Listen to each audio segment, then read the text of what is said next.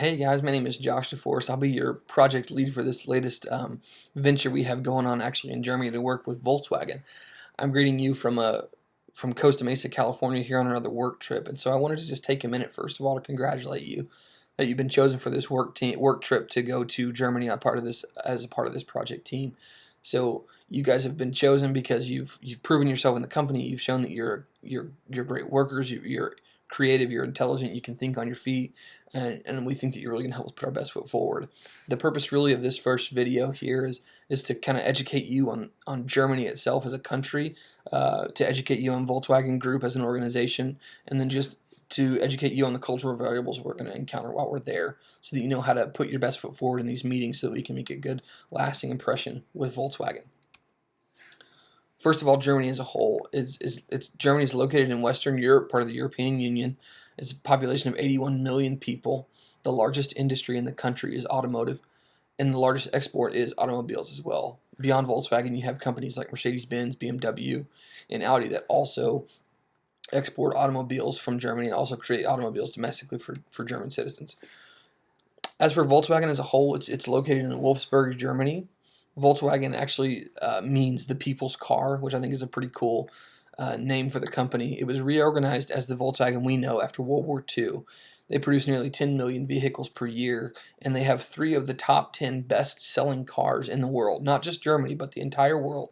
3 of the top 10 best-selling cars are from Volkswagen. In 2013, Volkswagen had revenues of $211 billion, and then their total profits for that year were $6.8 billion, which is pretty fantastic. Recently, though, they were involved in a rigged diesel emissions testing scandal that kind of tainted their international image as a company. And so really what we're going to do is we're going to go over there and help them to improve their global image once again, kind of restore that namesake that they had, as well as helping them with their testing procedures so that they can be more honest and forthright in those things and make sure that this never happens again. So we're going to have 2 distinct work groups over there for our company. It's going to be really exciting. We're going to be able to help them a lot, but we really need to be able to put our best foot forward. And that's why we need to cover these cultural variables. We'll be looking at 7 areas in this video: context, information flow, time, languages, power inequality, collectivism and individualism, and spirituality, and just how those all play a role in the way business is done in Germany so that we can better understand what we're walking into. The first one is context. Context in Germany is very low, meaning that they don't really rely on nonverbal cues and things like that when they're communicating. Everything is very direct. Verbal communication is explicit, and it has to be explicit in order for them to fully understand what it is that you're saying. Sometimes they even might sound rude as they're talking with you because they might just interrupt you and tell you that they think you're wrong, and then they'll back that up with some facts that they've got. And so we need to be very careful that we're not easily offended by that, because they're not trying to be rude. They're just trying to get to the best answer possible. Along with that, emotional restraint is praised in business settings. When you're able to keep a cool head when someone tries to prove you wrong, and you're able to discuss it and get to the best possible solution, that's very respectable in Germany. Also, the initial relationship with the organization is built around mutual advantage, not necessarily an interpersonal relationship. That will come later. The biggest thing is all about mutual advantage when it comes to working with organizations in Germany. As for information flow, German businesses respect and appreciate hierarchy, and so information is disseminated from the top down, meaning the president gets it, passes it down to the managers, they move it down to the people that need to know.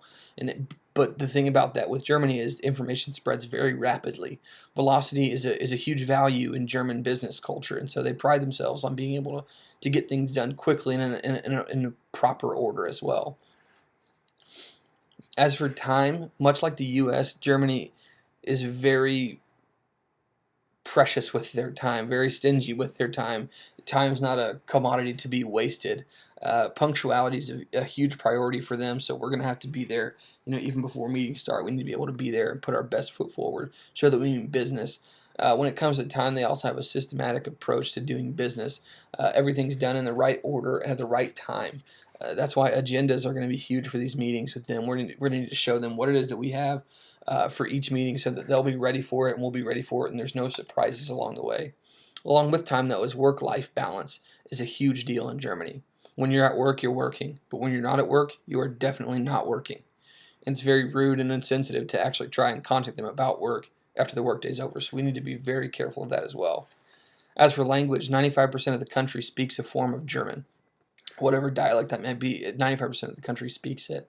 And then 56% of the country, though, speaks English as a second language. So we'll utilize an interpreter when we need to, but we'll also be able to speak English in some of these meetings. But even still, since it's a second language or working through an interpreter, it's going to be very important that we're direct and very explicit in our statements so that we don't cause any confusion, that we're very clear on what it is that we're wanting them to do. As for power and equality, in Germany, titles are very important. I mentioned that in kind of the idea of information flow. But authority and position play a huge role in German business culture. When you're a manager or the president or CEO, you have a greater amount of power, and people respect that and recognize that and don't really step outside of it. When greeting, it's proper to use full formal titles as a sign of respect. Below here, I put some of those. For Mr., it's Herr. So for me, it would be Herr de Forest, or if I was a girl, it would be Frau de Forest. Or if I was a doctor, it would be Herr Doctor de Forest, or Frau Doctor de Forest if you're a female. It's very important that we recognize those specific titles. Continuing with power and equality, subordinates, though, this is surprising to me, but it actually works out really well for businesses because subordinates are encouraged to debate with their superiors if they have the facts to back it up. In meetings, in planning meetings, in project development, things like that, subordinates are encouraged to debate when they've got the facts because that debate will encourage and help to develop a greater product. These debates can get passionate, even loud, but it's never simply an outburst of emotion. And that's really important that we need to recognize as well, as if someone who we feel is beneath us in a meeting is speaking out against us. That's not uncommon. And if they've got the facts to back it up, we need to be ready to discuss that with them. As for collectivism and individualism, Germany is fiercely individualistic. Each person is responsible for their own life, for their own work life, for their own projects. There's a high focus on individual performance in the workplace, and so when you aren't performing, obviously they're going to ask you to leave. Same for us, though. While we're there, we need to make sure that we are on top of things, that we're at our highest level, that we're performing well so that we can show them that we mean business. As for spirituality, the nation is mostly made up of Christians. The nation's divided by East and West, just like it was when there was communism in Germany. The West is much more spiritual than the East, but overall 61% of the country says they're Christian, 5% claims to be Muslim, and then 33% claims to be unaffiliated.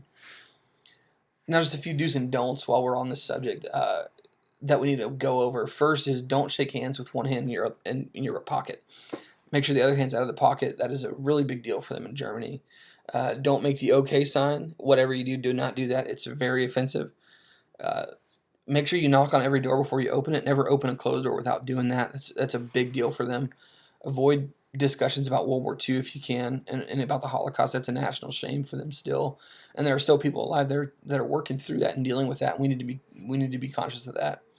Also, don't ever chew gum in a conversation with someone at a meeting. If you're chewing gum to them, it's like a cow chewing its own cud, which is really gross. Just make sure you don't do that because that's a huge sign of disrespect for them. When you wave goodbye, don't do this. That's confusing because for them that means no. Just wave your hand up and down like that. If at a large dinner party or a group meeting, rather than going around the table to shake hands with everyone, if you simply just knock on the table, that's a greeting that signifies to everybody you're saying hi. And you can do that as well when you leave. And then the final one, once again, just please, whatever you do, be on time. We need to put our best foot forward, and time is such a huge deal for them. We need to make sure we do that. Like I said at the beginning, I'm excited to be on this group with you guys. I think this is going to be a great project for us, and so I'm looking forward to the future with it, and I'm hoping that you guys are as well. I encourage you to do your own research on Germany, figure out some more things about the culture, about the context. We're going to go through a few more of these. If you have any questions, you can send those to me. But I would just ask you to please prep yourselves and be ready, because this is going to be a great trip. It's a great opportunity for us as a company to be able to work with Volkswagen on this. So just do some of your own research and just prep yourselves, because this is going to be great. So thanks, guys. I'll see you around.